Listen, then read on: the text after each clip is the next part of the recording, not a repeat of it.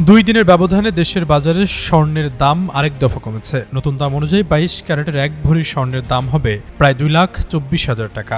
বৃহস্পতিবার থেকে নতুন দাম কার্যকর হবে। বাংলাদেশ জুয়েলার্স সমিতি বুধবার রাতে স্বর্ণের দাম সমন্বয় করে। জুয়েলার্স সমিতি বলছে, স্থানীয় বাজারে তেজাবি স্বর্ণের দাম কমেছে, এর কারণে গ্রাহক পর্যায়ে স্বর্ণের দাম সমন্বয় করা হয়েছে। দেশের বাজারে সবশেষ গত মঙ্গলবার স্বর্ণের দাম ভরিতে 2,500 টাকা কমেছিল। তাতে প্রতি ভরি স্বর্ণের দাম কমে ওই দিন দাঁড়ায় প্রায় 2,27,000 টাকায়। এই দামে আজ পর্যন্ত স্বর্ণ বিক্রি হয়েছে। এর আগে গত সোমবার স্বর্ণের দাম ভরিতে 3,149 টাকা বেড়েছিল। এতে ভালো মানের 22 ক্যারেটের প্রতি ভরি স্বর্ণের দাম হয় 2,29,431 টাকা। দেশের ইতিহাসে সেটি ছিল এখন পর্যন্ত স্বর্ণের সর্বোচ্চ দাম।